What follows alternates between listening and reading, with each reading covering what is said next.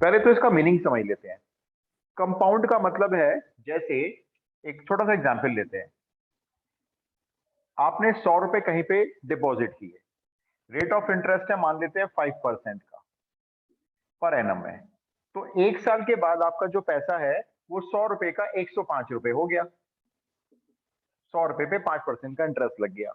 Compound का मतलब होता है अब जो अगले साल के लिए प्रिंसिपल यूज किया जाएगा वो ये यूज किया जाएगा, तो फिर से 5% का इंटरेस्ट लगेगा, लेकिन वो 100 पे नहीं लगेगा, अब वो 105 पे लगेगा। तो 105 का आपने मान लो फिर से 5% निकाला, तो ये 5.25 आ गया। तो अब आपका पैसा 1 साल बाद तो इतना हो गया था, एक और साल बाद कितना हो गया, ये हो गया आपका 110.5 अप्रोक्स मान लेते हैं। ये आपका फिर से 5% के इंटरेस्ट से फिर से जाएगा। तो ये क्या हो रहा है, ये आपकी जो ग्रोथ हो रही है वो कंपाउंडेड हो रही है, जिसको आप बोलते हो सिंपल कंपाउंड इंटरेस्ट। ये अब मान लो 2 साल के बाद इतना पैसा हो गया, 1 साल बाद इतना, 2 साल बाद इतना, तो हम कहेंगे हमारे 100 रुपए के कंपाउंड इंटरेस्ट लगकर पैसा बन गया 110 रुपए 5 पैसे।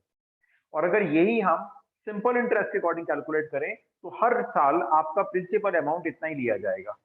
पहले साल भी इतना, दूसरे साल भी इतना, तीसरे साल भी इतना। और कंपाउंड में क्या फर्क होता है, कंपाउंड में जो पैसा 1 साल के बाद बढ़ के जो आया उसको प्रिंसिपल मान के फिर नेक्स्ट ईयर कैलकुलेट करते हैं। तो कंपाउंड एनुअल ग्रोथ रेट कुछ भी नहीं है, बेसिकली कंपाउंड इंटरेस्ट या एनुइटी का ही फॉर्मूला है। जैसे मैं एक एग्जांपल देता हूं आपको, लिखो। कोई इसमें स्पेशल फॉर्मूला नहीं है, बुक्स वगैरह में उस फॉर्मूले को मॉडिफाई करके दे जरूर रखा होगा, लेकिन कुछ खास फॉर्मूला नहीं है वो। एक मिनट, मैं कोई एग्जांपल देता हूं आपको।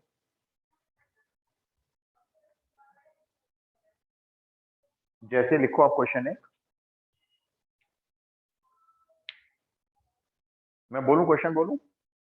Yes sir.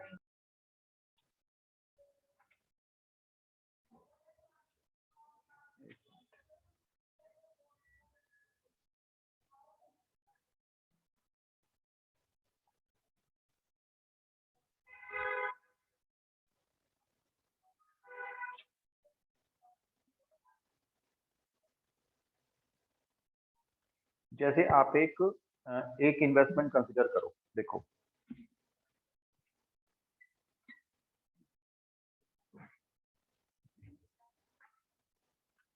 जैसे मान लेते हैं हमारे पास जनवरी 1 2021, जनवरी 1 2021 में हमारे पास 10,000 रुपए थे जो हमने डिपॉजिट किए। ठीक है, उसके बाद जनवरी 1, या इसको थोड़ा सा और पीछे ले लो, इसको आप ले लो 2018 ले लो। फिर जनवरी 1 2019 में आपने जब इस पे मान लीजिए रेट ऑफ इंटरेस्ट कैलकुलेट हुआ, पैसा आपका बढ़ गया, मान लो ये 14,000 हो गया, ये 14,000 हो गया। ठीक है, इसके बाद आपने देखा फिर से नेक्स्ट ईयर, फिर से जनवरी 1 में 2020 में आपका जो पैसा प्रिंसिपल यूज किया हो गया होगा वो 14,000 पे किया गया होगा, और मान लेते हैं ये 14,700 रुपए हो गया। कोई इंटरेस्ट कैलकुलेट हो रहा है, पता नहीं चल रहा हमको। और फिर एक साल और ले लेते हैं, मान लेते हैं जनवरी 1 2020 में आपका पैसा 22,050 रुपए हो गया। तो ये ग्रोथ हो रही है, जो भी अमाउंट है या कोई भी ये चीज है, ये ग्रोथ हो रही है। अब इसमें आप देखोगे, हम अगर year to year growth check करें मान लो, तो आप देखो 18 से 19 में कितनी ग्रोथ रेट हुई, फ्रॉम 2018 टू 19 में ये ग्रोथ रेट कितना है। तो कैसे निकालते हैं, सिंपल सी बात, कोई चीज 10,000 थी और 14,000 हो गई, तो मैं कहूंगा 4,000 का इंक्रीमेंट हुआ। अब मुझे लेकिन इसको परसेंट में कैलकुलेट करना है, तो मैं इसको डिवाइड करूंगा इनिशियल अमाउंट 10,000 जितनी इनिशियल थी, और मल्टीप्लाई करूंगा इसको 100 से, तो ये 2 जीरो यहाँ कैंसिल और 2 जीरो ये कैंसिल। तो 18-19 में आपकी जो ग्रोथ थी वो 40% के हिसाब से हुई। यहां से यहां तक जो आपकी ग्रोथ है वो 40% हुई। अब हम ग्रोथ निकालते हैं 2019 से 2020 तक कितनी ग्रोथ हुई। आप पहले तो ग्रोथ देखना कितनी हुई, 14,700 से 14,000, 14,000 से 14,700 हुए, कितना अमाउंट बढ़ गया, 700 रुपए बढ़ गया। 700 डिवाइडेड बाय इनिशियल अमाउंट कितना था आपका, 14,000 था इस ईयर के एंडिंग स्टार्टिंग में, और मल्टीप्लाई 100, एक दो, एक दो और एक, ये कैंसिल हो गया। फिर ये 7 से 2 कैंसिल हो गया, 2 से 10, यहाँ पे ग्रोथ कितनी आ रही है, 5% आ रही है। तो 2018 से 19 में ग्रोथ थी 40%, और 18 से 19 में, और 19 से 20 में ग्रोथ रह गई आपकी सिर्फ 5%। अब आप मेरे को 20 से 21 की ग्रोथ बताना निकाल के जरा। 20 से 21 साल जब हुआ तो कितनी ग्रोथ हुई, रेट निकालना उसका परसेंट में। 14,700 से 22,050 रुपए हो गए।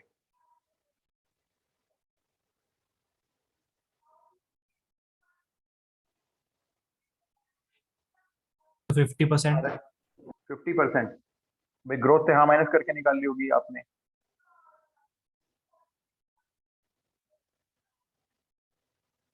ये आ रही है ना ग्रोथ, तो 7,300 यस से। सर, 7350।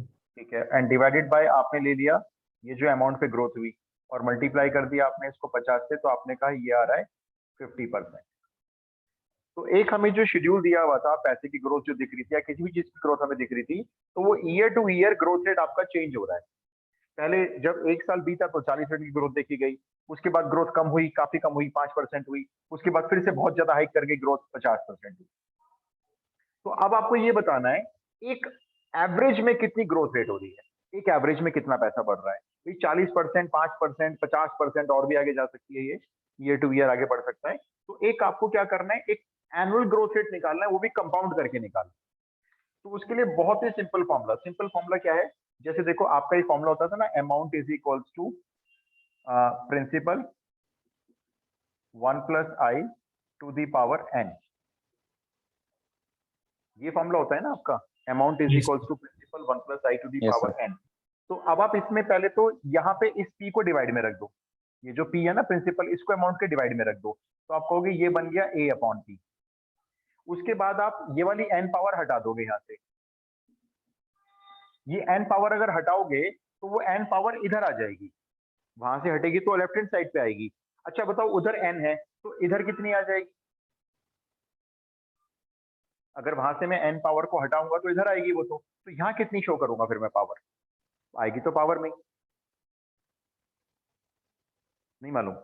देखो जब आप एक्स स्क्वायर को 2 लिखते हो तो x की वैल्यू अंडर रूट 2 ही तो बोलते हो, अगर यस आप एक्स स्क्वायर को, तो अब देखो यहाँ पे 2 पावर है, तो सामने कितनी पावर बन गई है, अंडर रूट 2 का मतलब होता है हाफ पावर, अंडर रूट 2 का मतलब हाफ पावर होता है। तो अब बताओ अगर स्क्वायर से उधर गई पावर तो 1/2 बनी है, अभी बताओ मेरी n पावर इधर आकर क्या बनेगी, 1/n। 1/n। 1/n बस, है ना। तो ये छोटी सी बात है, ये बन जाएगा आपका जितना भी अमाउंट है divide by principal whole power 1/n। अब इधर रह गया 1 प्लस आई, ये रह गया 1 प्लस आई, लेकिन मुझे तो ग्रोथ रेट निकालना है, मतलब मुझे ये आई निकालना है, तो मैं इस 1 को इधर लाके माइनस कर दूंगा, तो a upon p whole power 1/n minus 1 equal to y।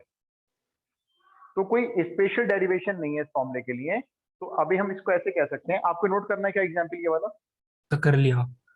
कर लिया भाई, अब आप लोग भी नोट कर लो, नीलिमा कितना अगर नोट करना है तो जानवी। तो सर कर ये लिया। छोटा सा एग्जाम्पल है, कर लिया। तो अब इसको देखो फॉर्मूले को कैसे बनाया गया, अगर आपको आपका CAGR चाहिए, कंपाउंड एनुअल ग्रोथ रेट कितना है, तो CAGR का एक बेसिक सा फॉर्मूला बन गया। भाई आपकी एंडिंग वैल्यू क्या है, CAGR is equals to end value, तो कई बुक्स में इसको EV लिखा हुआ होता है, इसमें and value divided by initial amount या इनिशियल वैल्यू IV, जिसको आप प्रिंसिपल कह रहे हो। ये एंड वैल्यू कितनी थी और स्टार्टिंग में प्रिंसिपल वैल्यू कितनी थी, उसकी होल पावर 1/n, ये 1/n आ गया, और -1, ये बन गया आपका CAGR। तो बेसिकली आप compound annual growth rate compound interest के हिसाब से ही कैलकुलेट करते हो बस। तो एक ऑन एवरेज ग्रोथ रेट निकल आएगी, जैसे हम इस क्वेश्चन के निकालते हैं, देखो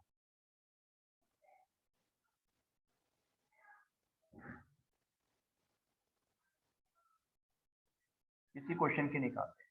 अब आपने क्या देखना है, इनिशियल अमाउंट कितना था, बीच में बढ़ता गया बढ़ता गया बढ़ता गया, फिर एक एंड वैल्यू कितनी थी, तो अब आपका CAGR इस क्वेश्चन का कितना आएगा, देखो एंड वैल्यू थी हमारी 22,050 रुपए, स्टार्टिंग वैल्यू थी हमारी 10,000, होल पावर आएगी 3 साल, क्योंकि 3 साल का हमारा ग्रोथ रेट था ये, और इसके बाद आएगा -1। हो सकता है आपको इस वैल्यू को सॉल्व करने में प्रॉब्लम आए, तो आपके पास लॉग टेबल अवेलेबल होगा, शायद ये वैल्यू अवेलेबल हो। इसको सॉल्व करके देखते हैं पहले मैनुअली, मैनुअली सॉल्व हो रहा है या नहीं हो रहा। ये 0 कैंसिल, ये 5 से 200, ये 5 से 441, क्यूब बन रहा है किसी का? 1 स्क्वायर बाई बन 3, रहा है। ये किसका स्क्वायर है? और ये 21 का स्क्वायर है 441। 21 का, हाँ ये किसी का स्क्वायर नहीं है लेकिन 200। या तो ऐसा करते, काटते ही नहीं, 10,000 को 10 का क्यूब लिख हाँ देते। बिल्कुल यही करते हैं फिर। इसको काटते नहीं है, देखो इसको ऐसे कर लेते हैं क्योंकि मुझे लगा शायद क्यूब रूट बन जाएगा किसी का। जैसे ये था 22,050 रुपए और ये था आपका 10,000, होल पावर है 1/3 -1, एक जीरो काटते हैं, बाकी डेसिमल के बाद 3 डिजिट लगा देते हैं। तो ये हो गया 2.205, होल पावर 1/3 -1। आंसर को आप यहाँ नहीं छोड़ सकते किसी भी हालत में। तो अब इसमें क्या करेंगे, या तो आपको ये मैनुअली कैलकुलेट करना है। मैनुअली कैलकुलेट क्यूब रूट कभी नहीं होते अगर ये डेसिमल का नंबर है और ये क्यूब नहीं है किसी का, तो क्यूब रूट मैनुअली कैलकुलेट नहीं कर सकते आप एग्जाम में। या तो ये आपको ये वैल्यू देंगे, और वैल्यू नहीं देंगे तो आप लॉग टेबल का यूज करोगे। एक बार मैं फिर से इस क्वेश्चन में आपको लॉग टेबल का यूज करके दिखा देता हूँ, क्योंकि मैं ये मान के चल रहा हूँ कि बोर्ड एग्जाम में लॉग टेबल मान लो नहीं, मतलब आपको ये वैल्यू नहीं दी तो लॉग टेबल तो मिलेगा। तो एक बार मैं इसको फिर से आपको लॉग टेबल से सॉल्व करके दिखा देता हूँ। लेट से x है ये 2.205 होल पावर 1/3। दोनों साइड आपने लॉग लिया, ये लॉग x हो गया, ये 1/3 लॉग 2.205 हो गया। 1/3 मल्टीप्लाई, लॉग टेबल अगर है तो देख के बताओगे एक मिनट जरा वैल्यू, या मैं मोबाइल में खोलूं? मेरे को लॉग टेबल में 22 में जीरो देखना है।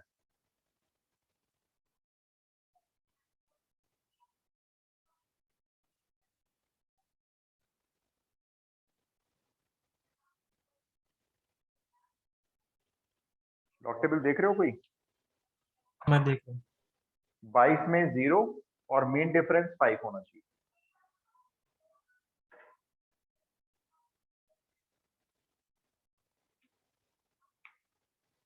सर 22 में 0 है, 3424। और मीन डिफरेंस 5 देखना, 10। 10।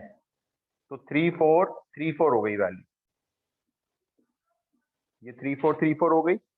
जब लॉग टेबल देखते हैं तो 4 डिजिट की फिगर के एक्सट्रीम लेफ्ट में जाके डेसिमल लगा देते हैं, बिल्कुल इधर एक्सट्रीम लेफ्ट में आके, और डेसिमल के इधर काउंट करते हैं कितनी डिजिट है, एक ही डिजिट दी हुई है 2, तो एक में से एक गया, ये 0 आ गया।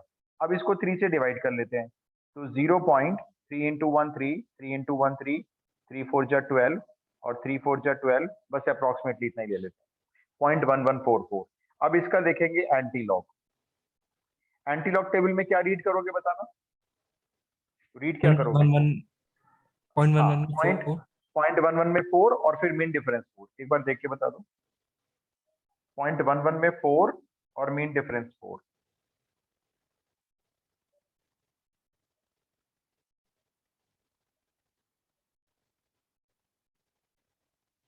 सर 0.11 में 4 है 1300। 0.11 में 4 है, हाँ 1300 है, और मीन डिफरेंस भी 4 देखें तो वो 1 है, यस सर। तो 30, ये हो गया 1301। ठीक है, अब एंटी लॉग देखते ही बताओ डेसिमल कहाँ लगाते हैं? एंटी लॉग देखते ही डेसिमल आता है, लेकिन कहाँ पे आएगा? 1 के बाद आएगा एक तो। यस, ये शुरू की 2 डिजिट के बीच में आएगा। और अब जो ये आपने डेसिमल के पहले वाला नंबर 0 छोड़ दिया था, वो आपको यहाँ लिखना है 10⁻0, मतलब ये 1 हो गया, तो x की वैल्यू मानी जाएगी 1.301। ठीक है, तो आपको प्रैक्टिस करनी है, देखो वैल्यू आएगी तो अच्छी बात है, आप लिख देना, नहीं आएगी तो वो भी निकालना आना चाहिए, तैयार रहना चाहिए उसके लिए। तो ये पूरी कैलकुलेट करके आ रही है वैल्यू 1.301 -1, तो ये हो गया 0.301। और ये क्योंकि परसेंट में कैलकुलेट करना है, कंपाउंड एनुअल ग्रोथ रेट, तो इसको मल्टीप्लाई 100 कर दो, तो आपका CAGR हो गया, बल्कि हमें 100 यहीं पे शो कर लेना चाहिए था। तो मल्टीप्लाई 100 करने से आपका कंपाउंड एनुअल ग्रोथ रेट बन जाता है इसका 30.1%। तो जब हमने उससे इससे पहले वाले मेथड से करा था मैनुअली, उसमें हाँ 31 आता है आंसर। हाँ, देखो आपका जो लॉग और एंटी लॉग होता है ना, ये वैल्यूज को थोड़ा थोड़ा अप्रोक्स करता है। लॉग भी अप्रोक्स कर देता है और एंटी लॉग भी अप्रोक्स कर देता है। हमने तो कई जगह पे अप्रोक्स किया, जब इसको 3 से डिवाइड किया तो आगे लेके नहीं गए। हमने कहा शायद इसका हो सकता है, देखो कि इसका अगला नंबर शायद 5 या 6 आ जाता, तो राउंड ऑफ करके इसको 5 बना लेते। इसलिए दोनों ही हालात में आपके ये आंसर ठीक माने जाएंगे। 30% लगभग आपका ग्रोथ रेट आ गया।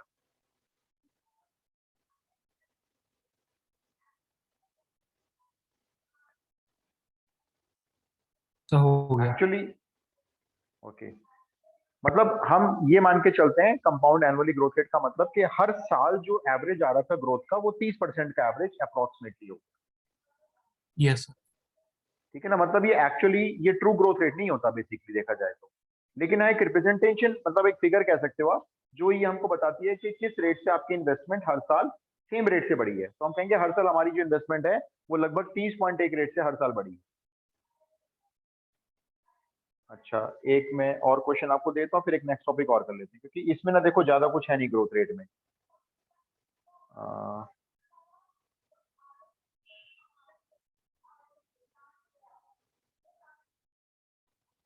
या आप एक टॉपिक और समझ लो फिर स्टार्ट करते हैं।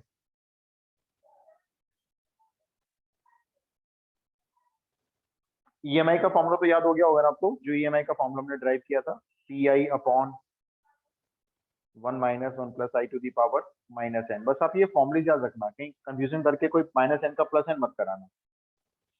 चलो तो फिर जब मैं ये आपको ना सारे हो जाएंगे टॉपिक्स आप एक बार लिख के भेज देंगे? मैं बिल्कुल सारे लिख के भेजूंगा, या मैं चलो आज ही भेज दूंगा। अभी क्या है कि बस एक ये डेप्रिसिएशन और समझ लो इसमें, ये भी कुछ है नहीं, बहुत आसान सा टॉपिक है डेप्रिसिएशन। ये तो अकाउंट्स में भी करा है। हाँ वो डेप्रिसिएशन, लेकिन मैं इसमें शायद मेरे ख्याल से आपका एक ही मेथड है। मैं आपको एक्चुअली होते हैं इसमें बताऊं कितने मेथड होते हैं। एक तो लीनियर मेथड होता है, एक sum of the digits of the year method होता है, एक कंपाउंडेड मेथड होता है। 2-3 मेथड होते हैं इसमें, आपके कोर्स में एक ही है, मैं आपको सिखाया था लेकिन 2-3 देखो।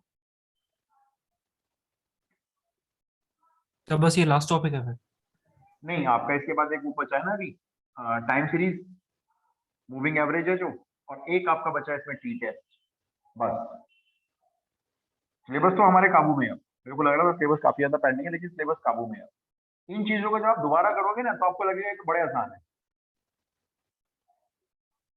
और पेपर भी देखो आसान लेवल पे आना चाहिए, क्योंकि ये जब इसकी बुक ही नहीं प्रिंट की इन्होंने, और जो बुक प्रिंट किया वो महाबकवास बुक है।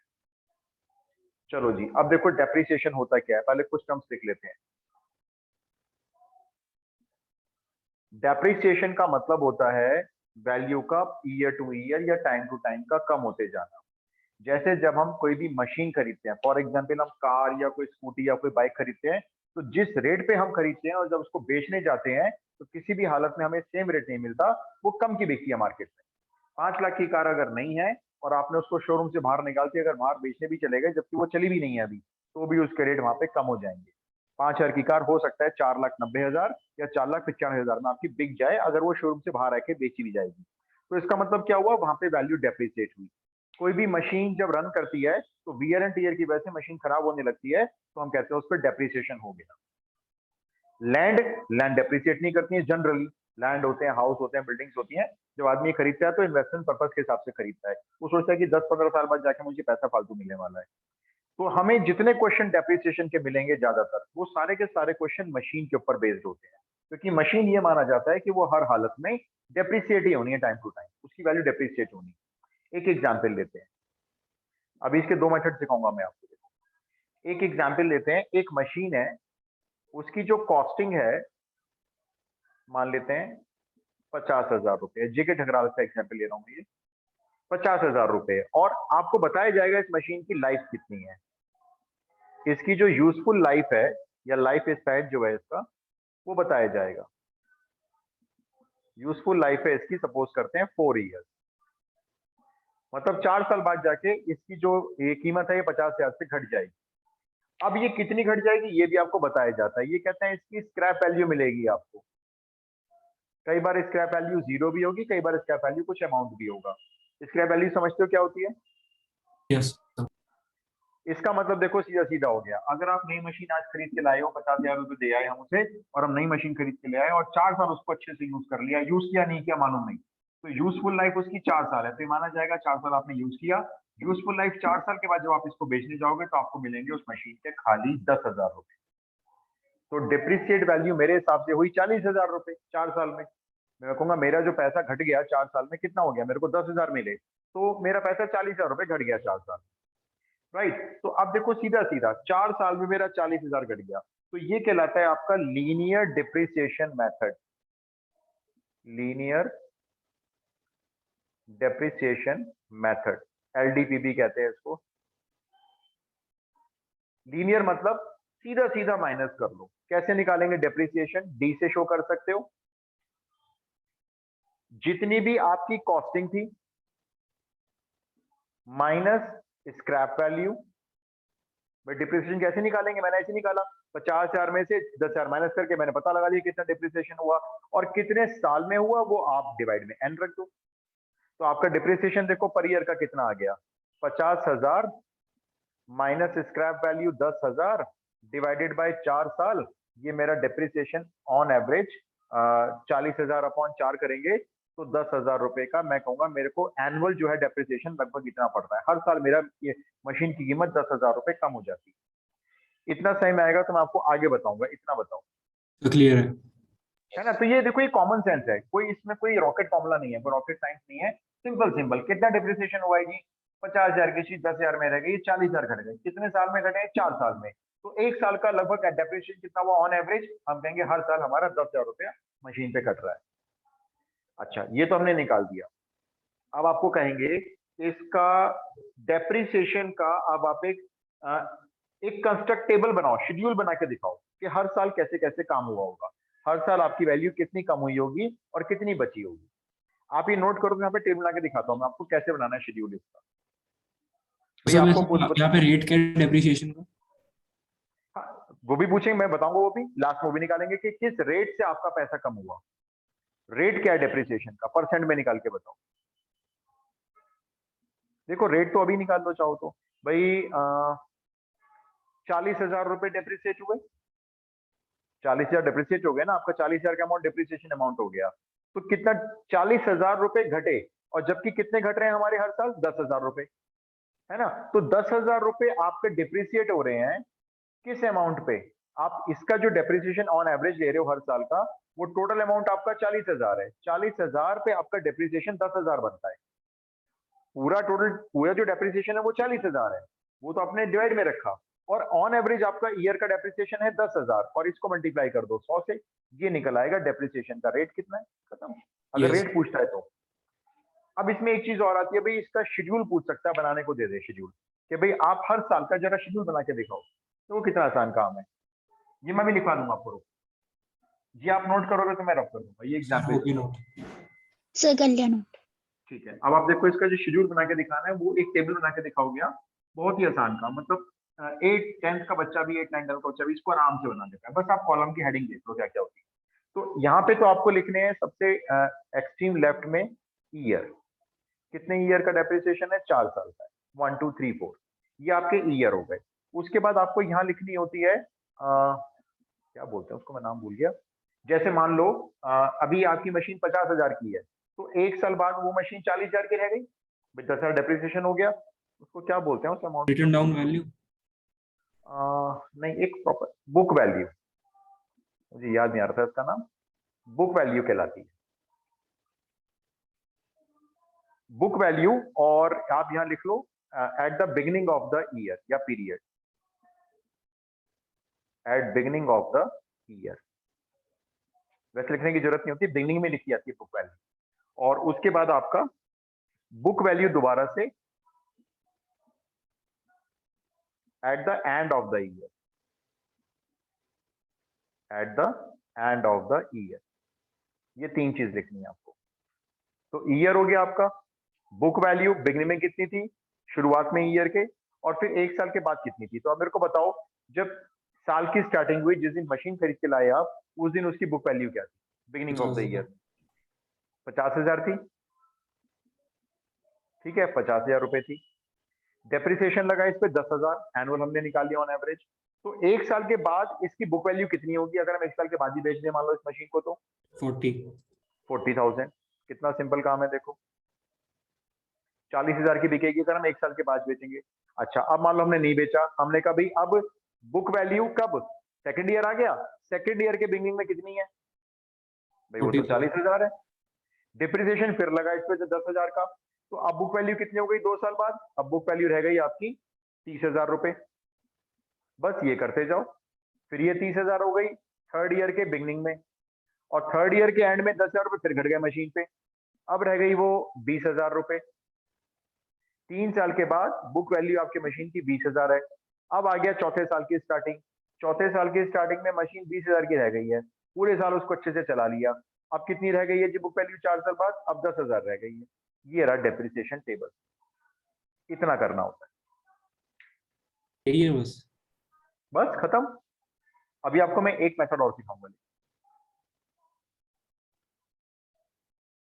सो हो गया नोट।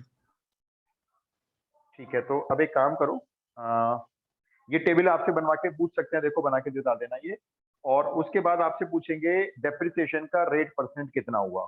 तो डेप्रिसिएशन का रेट परसेंट निकालने के लिए क्या करना है, देखो book value at the end of the year, जो पहले थी बिल्कुल स्टार्टिंग में 1 साल के बाद, और बुक वैल्यू आज की डेट में कितनी है, या डेप्रिसिएशन कितना है। डेप्रिसिएशन आपका 10,000 रुपए है, हर साल 10,000 रुपए कम हो जाते हैं, और डेप्रिसिएशन टोटल हुआ है 40,000 का, तो 10,000 रुपए का डेप्रिसिएशन हर साल हो रहा है, और मेन डेप्रिसिएशन जो आपका था टोटल वो 40,000 है। तो डेप्रिसिएशन ईयरली कितना हो रहा है, टोटल डेप्रिसिएशन कितना हुआ वो डिवाइड में इनटू 100 कर दो, तो यहाँ से रेट ऑफ डेप्रिसिएशन आ जाएगा। कितना आ रहा है देखना एक मिनट, डेप्रिसिएशन सॉल्व करके 25%। 25%, ये 4 जीरो नहीं कर दें, तो 100/4 25% का रेट ऑफ डेप्रिसिएशन। एक तरीका सिखा देता हूं, वैसे तो कोर्स में है नहीं, जरूरत नहीं है। एक देखो ऐसे होता है, पहले आप एक क्वेश्चन लिखो चलो। वैसे कोर्स में हमारे इतना ही है। हाँ, कोर्स में सिर्फ इतना ही।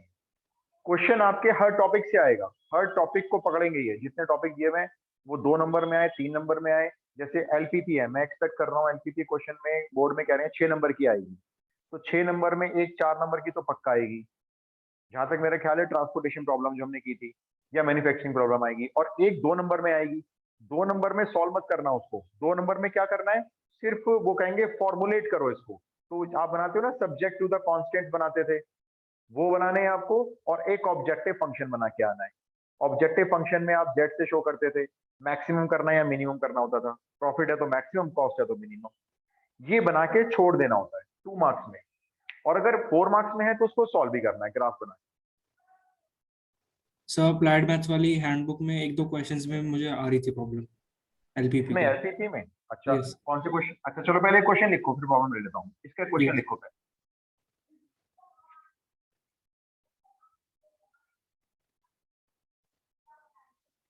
क्वेश्चन लिखो, एक मशीन की कॉस्ट लिख लो, कॉस्टिंग इज इक्वल्स टू ₹30,000,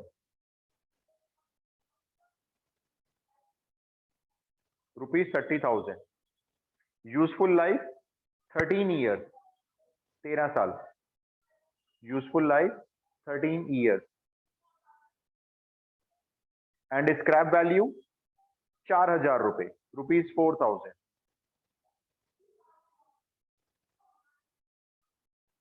तो एक तो आपको निकालना है find the annual depreciation charge, find the annual depreciation charge, और वो मेथड का नाम भी बताएंगे, using the linear depreciation method, क्योंकि दूसरे मेथड भी होते हैं, linear depreciation method LDM।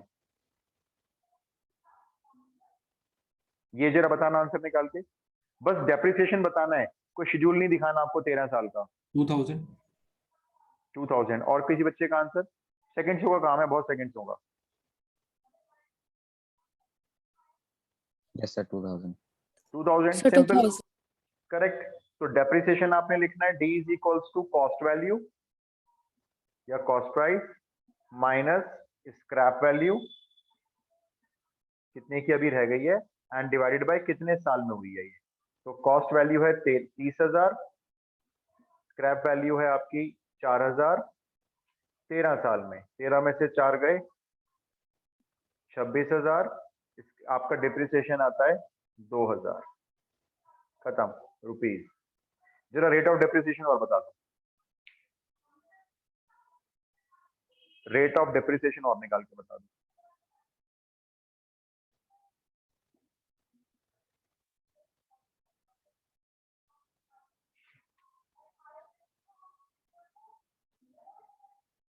Fraction में बता देना चाहे तो।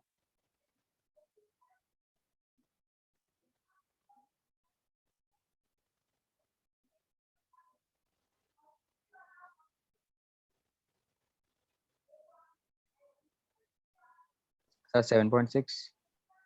7.6 में बस, हाँ, 7.6 आ रहा है। ठीक है। अगर दो बच्चों का मैच हो रहा है तो ठीक है। 7.6% आपका रेट ऑफ डेप्रिसिएशन हो गया। यस यही यार मेरे को। ये आ रहा है। तो जितना एवरेज डेप्रिसिएशन है ईयरली वो 2000 ऊपर रखा होगा आपने। टोटल डेप्रिसिएशन कितना मशीन पे आ रहा है? 26,000 का डेप्रिसिएशन आ रहा है, वो 26,000 नीचे आया होगा और इंटू 100 किया होगा। Yes sir. तो ये दो टॉपिक बड़े छोटे छोटे हैं, काम करते हैं। सेकंड मेथड अभी नहीं करते, वो sum of the digits of the year method होता है। वो मैं फिर आपको भी प्री बोर्ड्स कर लो पहले आप सब लोग अपने अपने, फिर सिखा दूंगा as for the knowledge only. Board में तो आएगा नहीं वो।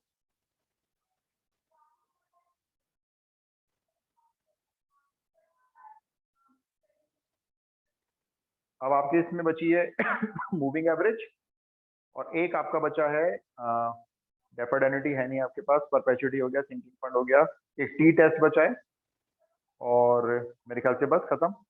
सर हाँ बोलो बोलो। एक टॉपिक है returns, nominal rate of return. हाँ एक वो बचा है, वो कराऊं अभी? छोटा है तो करा दो आप। हाँ बहुत आसान है, देखो बहुत सिंपल सा टॉपिक है, बिल्कुल रटने की जरूरत नहीं है। इफेक्टिव रेट ऑफ इंटरेस्ट है।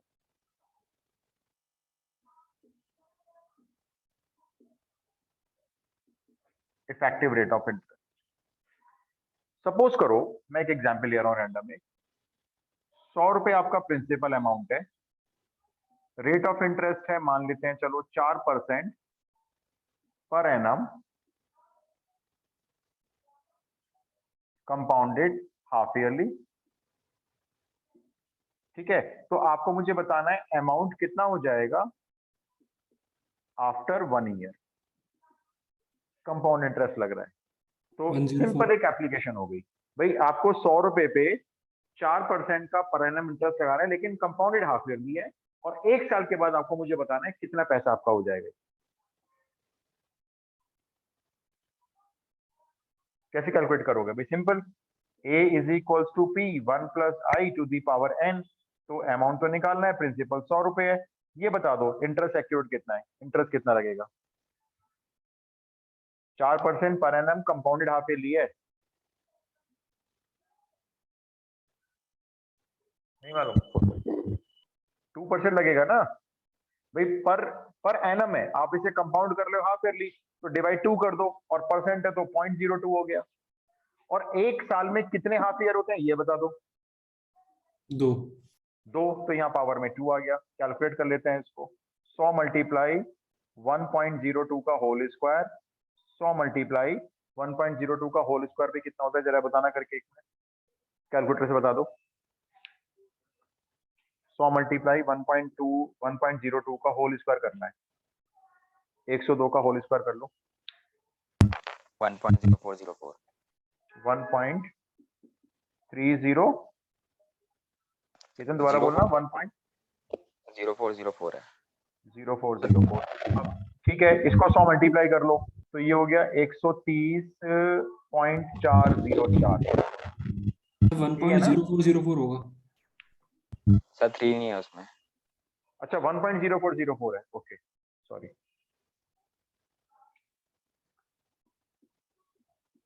ठीक है, तो आपका जो अमाउंट है ये हो रहा है 104.04। कंपाउंडेड हाफ ईयरली में आपके पास जो पैसा रकम आएगी 1 साल बाद वो 104.04 आएगी। एक बात बताओ, यहाँ रेट था 4% पर एनम, अगर कंपाउंडेड हाफ ईयरली नहीं होता, अगर मान लो ये कंपाउंडेड हाफ ईयरली नहीं होता, तो आपको 1 साल के बाद 4% के हिसाब से कितने मिलने वाले थे? 104। 104। लेकिन 104 आपका एक रेट था जो होना चाहिए था, लेकिन कंपाउंडेड हाफ ईयरली करके आपके पास जो पैसा आया वो 104 रुपए 0.04 आया, है ना? तो आप ये मेरे को बताओ, इसमें एक्चुअल जो रेट ऑफ इंटरेस्ट है वो क्या 4% लग रहा है? अगर हम एक पूरे साल का एवरेज एक साथ देखना चाहते हैं, हाफ ईयरली में नहीं रुकना चाहते, हम कहते हैं पूरे साल का देख रहे हैं, भाई मेरे 100 रुपए के 104 रुपए 4 पैसे हो गए, 104 रुपए 4 पैसे मुझे 1 साल बाद मिल रहे हैं, मुझे नहीं पता, मान लो बैंक ने हाफ ईयरली करा है, क्वार्टरली करा है, मुझे नहीं पता। तो मैं एज एक लेमैन क्या करूंगा, मैं ऐसे इंटरेस्ट निकालूंगा अपना। मेरा जो इंटरेस्ट बना भाई वो 4 रुपए 04 पैसे बना। ठीक है, ये मेरा इंटरेस्ट किससे बना, 100 रुपए पे बना। तो मैं इसको डिवाइड करूंगा 100 से और मल्टीप्लाई करूंगा 100 से। तो मैं कहूंगा मेरे को तो भाई बैंक ने इंटरेस्ट दिया है 4.04। मुझे बैंक ने 4% नहीं दिया है, वो मुझे कह रहे थे 4% per annum compound half yearly लेंगे हम, और 1 साल के बाद आपको पैसा देंगे। तो कोई जिसको ये चीज नहीं आती, वो कहेगा अच्छा मेरे को 4% का ब्याज देंगे, इसका मतलब मेरे को 104 रुपए देंगे। लेकिन 104 नहीं दिए बैंक ने, मुझे 104 रुपए 4 पैसे भी दिए। तो एक्चुअल में जो मेरा इंटरेस्ट है वो 4% नहीं है, वो मेरा इंटरेस्ट पूरे साल का 4.04% है। तो मेरा जो इफेक्टिव रेट है वो 4% नहीं है, मेरे लिए जो इफेक्टिव रेट है वो 4.04 है। ये एग्जाम्पल समझ में आता है आपको जो मैंने बोला? यस। तो अब सुनो, हमें इसमें करना क्या है। अमाउंट हम 2 बार कैलकुलेट करने जा रहे हैं। मैं इसको रब कर रहा हूं, इसकी जरूरत नहीं है, इसको नोट मत करना। आपको बोला जाएगा रेट ऑफ इंटरेस्ट है जी 10% पर एनम कंपाउंडेड क्वार्टरली। तो आप उसको कंपाउंडेड क्वार्टरली से एनुअल में कन्वर्ट करके बताओगे। जैसे एक चीज और समझो, एक शॉपकीपर 100 रुपए का सामान बेच रहा है। वो कहता है मैं इस 100 रुपए पे आपको डिस्काउंट दूंगा। हमने जाके बोर्ड पढ़ा, शॉप पे लिखा हुआ था 50% प्लस 50% डिस्काउंट। लोगों ने सोचा 50 प्लस 50 100% डिस्काउंट दे रहा है, फ्री में दे रहा है सामान, ले लो लूट लो। हम सामान लेने पहुंच गए। इसने कहा जी मैं 100% नहीं दे रहा हूं। हमने कहा अच्छा फिर कैसे दे रहे हो? इसने कहा पहले तो 100 रुपए पे 50% का डिस्काउंट निकाल लो। हमने निकाल लिया। हमने कहा 50 रुपए का डिस्काउंट दे रहे हो आप? इसने कहा हाँ बिल्कुल दूंगा। कितनी कॉस्टिंग हो गई हमारी? अब हम कहेंगे 100 में से 50 के 50 रुपए हो गए। वो कहेगा अब मैं आपको इस अमाउंट पे डिस्काउंट दूंगा, 100 पे नहीं दूंगा आप। हमने कहा अच्छा कैलकुलेट करो 50% इसका। फिर कैलकुलेट किया, 25 रुपए आ गया। हम कहेंगे अब कितने का दोगे आप हमें? तो अब हमें फाइनल सेलिंग प्राइस बताएगा वो, 50 में से फिर 25 रुपए लेस करेगा। वो कहेगा मैं आपको फाइनली 25 रुपए का सामान बेच दूंगा, फ्री का नहीं है। अब बताओ मेरे को, 100 से सामान 25 का मिल रहा है, हमारे हिसाब से हमें कितना डिस्काउंट मिला? चाहे शॉपकीपर ने कुछ भी लिख रखा हो। 75 का, 75 रुपीज का डिस्काउंट मिला हमको 100 रुपए पे। तो हम क्या मानेंगे उसको? हम कहेंगे शॉपकीपर ने हमें 50 प्लस 50 का डिस्काउंट बोला। वो चाहता तो अपने बोर्ड पे इसको कट करवा के क्या प्रिंट करवा सकता था? 75% का डिस्काउंट प्रिंट करवा सकता था। ये इफेक्टिव है, ये इफेक्टिव है जो एक्चुअल में चार्ज हो रहा है। ये लोगों को दिखाने के लिए कि 50 प्लस 50 का डिस्काउंट दे रहे हैं, तो लोग इससे अट्रैक्ट होके जाएंगे और कहेंगे शायद वो फ्री में दे रहा है सामान। 50 प्लस 50 100% का डिस्काउंट है। तो ये जो हमने निकाला ना 75%, एक्चुअल में डिस्काउंट का जो इफेक्टिव रेट है वो किसी ग्राहक के लिए 75% है। समझे आप मेरी बात? Yes sir. तो बस हमें यही करना है। देखिए, इसको भी कोई रटने की जरूरत नहीं है। वो आपको कहेंगे रेट ऑफ इंटरेस्ट है 10% क्वार्टरली, आप उसको क्वार्टरली को एनुअल में कन्वर्ट करके अपना रेट ऑफ इंटरेस्ट निकाल लोगे। तो इसके लिए क्या यूज करते हैं? देखो, जैसे आपका एक अमाउंट है, मान लो ये, और ये मान लो मैं इसको ऐसे लिखता हूं, आई नहीं, मैं ऐसे लिखता हूं रेट ऑफ इंटरेस्ट कुछ गिवन होगा और उसका कन्वर्जन पीरियड एम होगा। मान तो ये करा था ना हमने अभी, रेट ऑफ इंटरेस्ट को 2 से डिवाइड करके और यहाँ इंटू 2 कर दिया था। तो जितना भी कन्वर्जन पीरियड है वो मान लो वो एम है, और इक्वल टू यही अमाउंट हम इक्वल ले रहे हैं 1 plus effective rate of interest to the whole power N के लिए, मतलब 1 साल के लिए। इसको मैं यहाँ पे ना आर ई कर रहा हूँ, बुक्स वगैरह में आपको आर ई लिखा हुआ मिलेगा। आर ई का मतलब इफेक्टिव रेट ऑफ इंटरेस्ट। इसको सॉल्व करना है। कैसे सॉल्व करेंगे इसको? सॉल्व क्या करें बताओ? करना जरा सॉल्व, पीछे पी काट दो। चलो, ये 1 साल का लेके चलना है। सॉरी, ये 1 साल का है। हम 1 साल का मान के चले ना, तो 1 साल में कितना इफेक्टिव रेट ऑफ इंटरेस्ट बनेगा? चाहे वो 1 साल को 3 पार्ट में डिवाइड कर रहे हैं, चाहे वो 4 पार्ट में कर रहे हैं, हम तो उसके 1 साल का एवरेज निकाल रहे हैं। 1 साल का रेट ऑफ इंटरेस्ट क्या होगा? सॉल्व करके बता दो मुझे। यहाँ से आर ई की वैल्यू निकाल के दिखा दो, कुछ है नहीं, आराम से कर लोगे।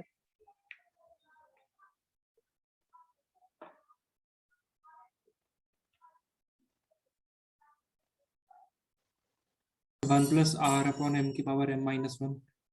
ठीक है, यही आपका फॉर्मूला है जो आपको बुक्स वगैरह में लिखा हुआ मिलता है। भाई बाकी लोग ने सॉल्व कर लिया, मैं करके बताऊं?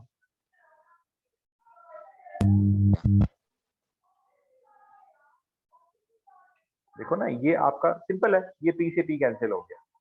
अब क्या रह गया? 1 plus rate of interest, conversion period M लिया हमने, whole power M is equals to 1 plus effective rate of interest.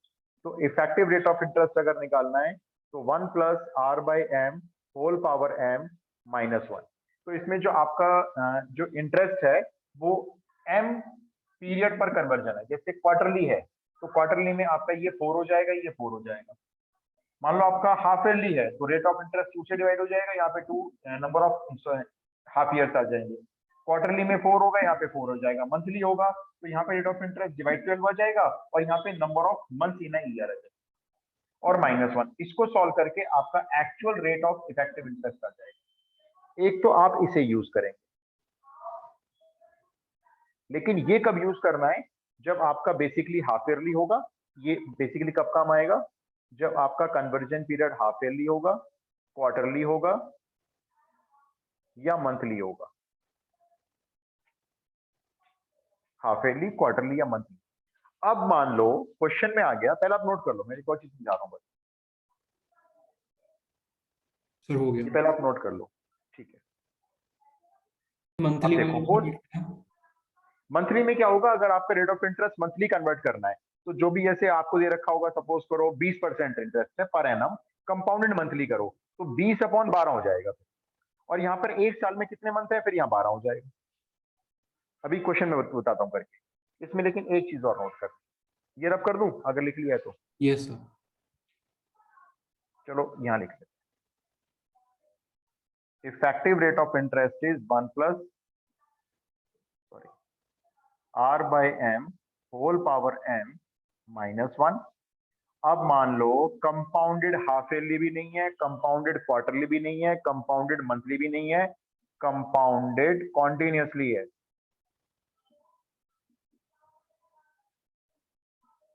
इसका मतलब आपका जो कन्वर्जन पीरियड है वो बहुत ज्यादा हो गया है, वो इनफाइनाइट चला गया है।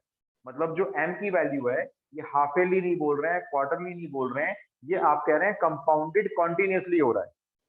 तो अब आपका जो कन्वर्जन पीरियड है वो एम जो है ये वाला, ये बहुत लार्ज वैल्यू हो चुकी है, पर सेकंड कंपाउंडेड हो रहा है। मान लो पर सेकंड का मैं कह रहा हूं माइक्रो सेकंड कंपाउंड हो रहा है। सपोज करो rate of interest 12% per annum compounded micro second.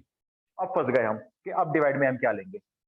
भाई क्वार्टरली था तो 4 ले लिया था, मंथली आया 12 ले लिया और बढ़ गया कन्वर्जन पीरियड। अब कन्वर्जन पीरियड आ गया जी, अब 24 टाइम करना है कन्वर्जन, तो चलो 24 ले लिया। अब कह रहे नहीं एम को बहुत लार्ज कर लो, एम पहुंच गया इन्फिनिटी की तरफ। अब क्या करेंगे? अब इसमें थोड़ा सा लिमिट का कॉन्सेप्ट डाला जाता है। क्या करते हैं? अगर m अप्रोचेस टू इंफिनिटी है तो हम यहाँ पे लिख देते हैं भाई लिमिट जो है ये m अप्रोचेस टू इंफिनिटी हो गई है, ये सेम है, ठीक है? इसमें जो लिमिट है हमने डाल दी है। जैसे आप लिखोगे ना limit m approaches to infinity, तो कोई भी देख के समझ जाएगा अच्छा m को काफी लार्ज लिया जा रहा है, इतना बड़ा लिया जा रहा है कि वो इंफिनिटी की तरफ अप्रोच कर चुका है। अब इसको सॉल्व कैसे करें? इसके लिए मैं आपको एक लिमिट का फॉर्मूला बताता हूँ, वो आपने कभी पढ़ा नहीं होगा, सिर्फ इसलिए बता रहा हूँ कि आपकी नॉलेज में कैसे आया ये आना चाहिए। देखो ये एक फॉर्मूला होता है, limit x tends to a, मान लो कोई भी नंबर a, ठीक है? और यहां पर है 1 प्लस एफ एक्स, कोई भी फंक्शन, और उसकी पावर में यहां पर है जी एक्स, यानी एक और फंक्शन। तो ये लिमिट सॉल्व कैसे होती है? ये बेसिकली IIT जेई के बच्चे तैयारी जो करते हैं ना उनके पास होती है लिमिट्स, वो यूज करते हैं इसको। आप इसका रिजल्ट डायरेक्ट लिख लो, वरना लॉग से प्रूव होती है। इसका रिजल्ट क्या होता है? ई लिखेंगे आप एक्सपोनेंशियल, यहां पावर में लिमिट आ जाएगी x टेंड्स टू a, जो भी होगी लिमिट वो पावर में आ जाएगी की, और यहां पे ये fx और gx मल्टीप्लाई हो जाएंगे। ये लिमिट ऐसे सॉल्व होती है।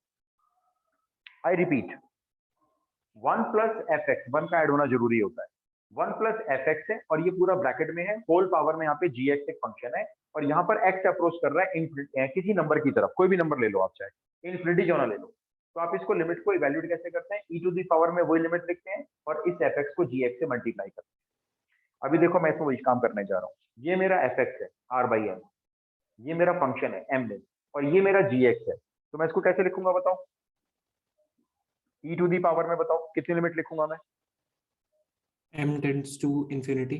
राइट, लिमिट होगी मेरी m टेंस टू इंफिनिटी, और मेरा क्या क्या मल्टीप्लाई होगा, r बाई एम मेरा मल्टीप्लाई होगा m से, और -1 मेरा चल ही रहा है पीछे, वो तो चल ही रहा है -1, लो मेरा तो m से m कैंसिल हो गया भाई, जैसे मैंने r बाई एम को m से मल्टीप्लाई किया तो मेरा m तो कैंसिल हो गया, अब मैं इसमें m को इंफिनिटी रख ही नहीं सकता, m ही गायब हो गया, तो मेरे पास क्या बचा, मेरे पास सिर्फ ये बचा, effective rate of interest is equals to e raise to the power r -1।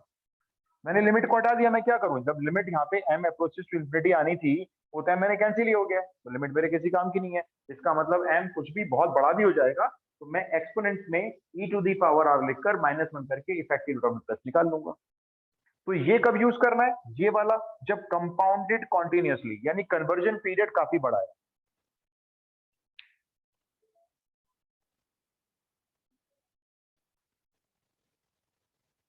Got it.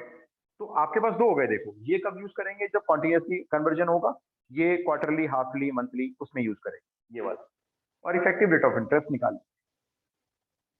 Sir कर लिया नोट। ठीक है, तो मैं आपको एक क्वेश्चन बताता हूँ, देखो कैसे करना है। जैसे एक सिंपल सा क्वेश्चन है, find the effective rate that is equivalent to a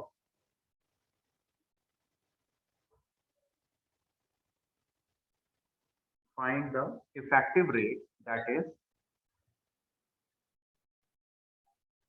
that is equivalent to a nominal rate of 8%, nominal rate 8% compounded,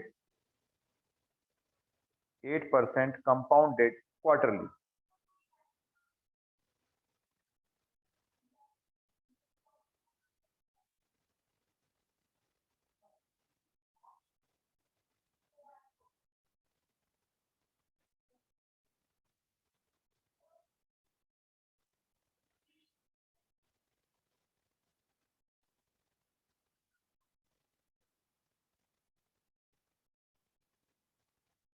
लिखा, यस सर।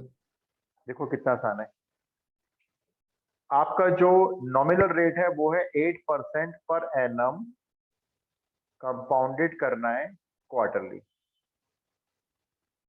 ठीक है, आपने टीचर को पहले फॉर्मूला शो किया, effective rate of interest is 1 plus r by M whole power m -1। अब इसमें जो नॉमिनल रेट है वो है आपका 8%, क्वार्टरली करेंगे तो डिवाइड 4 करके रह गया 2%, तो 2% का मतलब हो गया 0.02।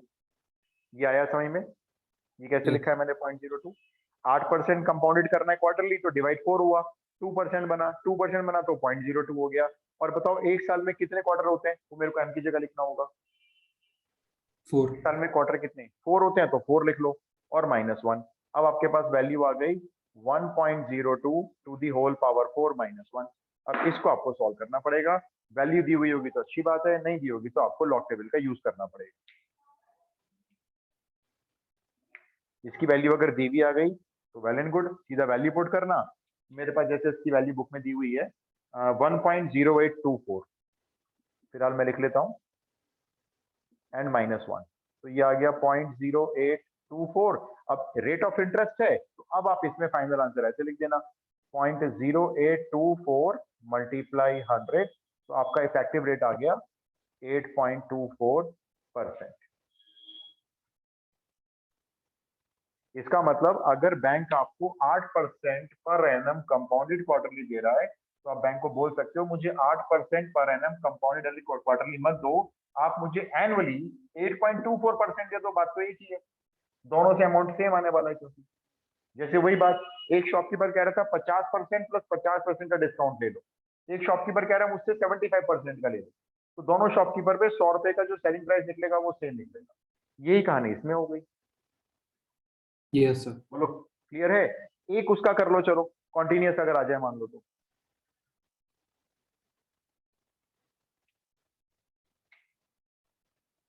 बस अब देखो क्या है, अब ये फॉर्मूला तो याद करना है, इफेक्टिव रेट ऑफ इंटरेस्ट के दो फॉर्मूले बन गए, तो ये फॉर्मूले की लिस्ट तैयार करनी है हमको एक, कि इफेक्टिव रेट ऑफ इंटरेस्ट में भाई नॉमिनल होगा, क्वार्टरली, हाफ ईयरली का तो ये है, कॉन्टिन्यूस का ये है, बॉन्ड वैल्यू का ये है, और आपका ईएमआई का ये है। बस ये कुछ फॉर्मूले याद करने हैं बस, क्वेश्चन 100% सॉल्व कराओगे। लिखो, चलो एक और लिखो। Find the effective rate of interest equivalent to a nominal rate of 6%. Find the effective rate of interest equivalent to a nominal rate of 6% compounded continuously हो गया, compounded continuously हो गया। अब compounded continuously हो गया तो आपको ऑब्वियस है ये वाला फॉर्मूला यूज करना है। ठीक है, देखो ये आपने पहले फॉर्मूला जरूर लिखना है टीचर के सामने, उसके बाद वैल्यू पुट करते हैं। ई तो ई रहेगा, आर आपका है 6%, तो ये हो जाएगा 0.06 एंड -1। अब आप बात आएगी इसकी वैल्यू कहां से लाएंगे, फिर वही बात है, गिवन हुई तो ठीक, नहीं तो मैं आपको निकालनी बता देता हूं। देखो मैं ये रब कर देता हूं, हमको वैल्यू चाहिए e टू दी पावर 0.06 की। लेट से ये x है, ठीक है, दोनों साइड आपने लॉग लिया, ये लॉग ई आ गया इधर।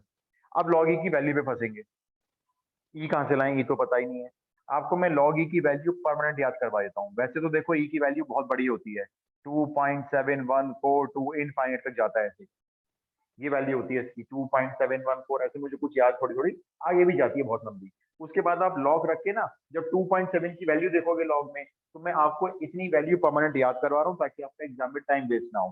तो आप लॉग ई की वैल्यू याद कर लो, ये निकल के आती है 0.4343। आपका काफी टाइम बच जाएगा, कहीं नोट कर लो। लेकिन लॉग ई की वैल्यू जब बेस 10 होता है तो 0.4343 होता है। अदरवाइज आपको ई की वैल्यू पुट करनी है पहले तो 2.714, फिर उसका लॉग टेबल देखना है तो वो निकल के ये आने वाली है, राइट। अब इसको क्या करेंगे, इसमें 10 नहीं मारना, और क्या डायरेक्ट लिखनी है लॉग ई की वैल्यू। भाई इनको मतलब नहीं है कि आप ई टू दी पावर 0.06 कैसे निकाल रहे हो, ये दे रहे हैं तो अच्छी बात है, हम लिख लेंगे, नहीं दे रहे हैं तो हम अपना आप निकाल रहे हैं। हमने ये लॉग ई की वैल्यू पुट, लॉग टेबल देखा हमने, कौन कह रहा हमने नहीं देखा, तो हमने लॉग ई का टेबल देख के हमने वैल्यू लिखी, बस कोई नहीं पूछेगा आपसे कैसे आई है। Yes sir. ठीक है ना। अब इसको बस क्या करना, इसके आगे अपना आप कर लेना, मतलब सिंपल है। देखो थोड़ा टाइम लगेगा, ये 6 मल्टीप्लाई करेंगे 4343 से, डेसिमल पुट करेंगे, उसके बाद एंटी लॉग देखना पड़ेगा। एंटी लॉग देखते ही वैल्यू आ जाएगी, उसको यहाँ पुट करके 1 माइनस कर देना। तो मेरे जो बताने वाली चीज थी वो यही थी, एक तो ये फॉर्मूला, इसके बाद ये कैसे बनता है, और ये जब बन गया तो उसमें ये वैल्यू कैसे निकालनी है, ये दो चीजें मेरे को बतानी थी इंपॉर्टेंट।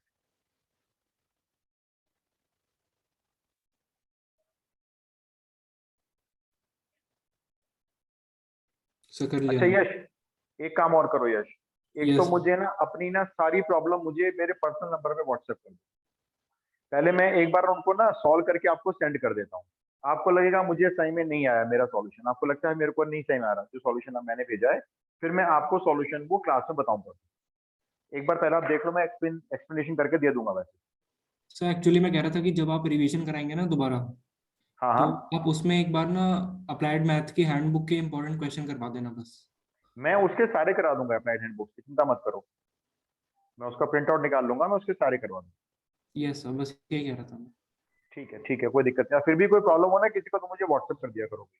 मेरे को जब भी टाइम मिलेगा, कई बार बिजी होता हूँ मैं, तो मैं कई बार नहीं देख पाता, लेकिन मैं कर जरूर दूंगा। Okay sir.